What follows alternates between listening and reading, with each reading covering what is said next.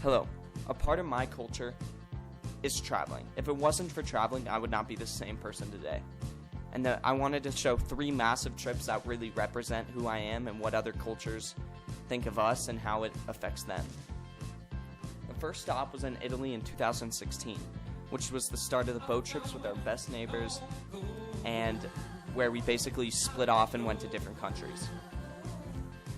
Basically, we first went into Italy and Rome, where after we went to Mykonos, which is an island in Greece, where I celebrated my first birthday outside the country. This was a big one because I got to see how other perspectives can impact a country and how other people see us as a culture. The next one was London and Croatia in 2017.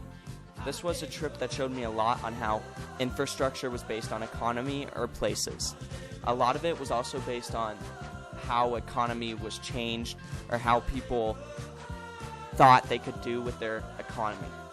This was big because it showed me how America was so lucky to have such a good economy, while other countries didn't have as fortunate governments, which meant they didn't have as good of economies.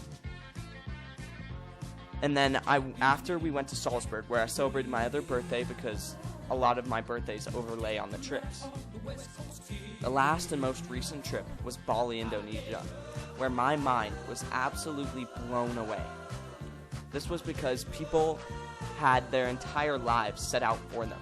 It's like in America, you can do whatever you want, you're free.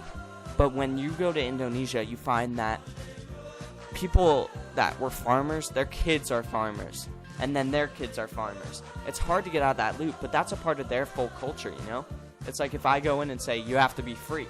I can't do that because it's not my culture. I can't judge. So this showed me a lot on how food and occupation is massive in other cultures.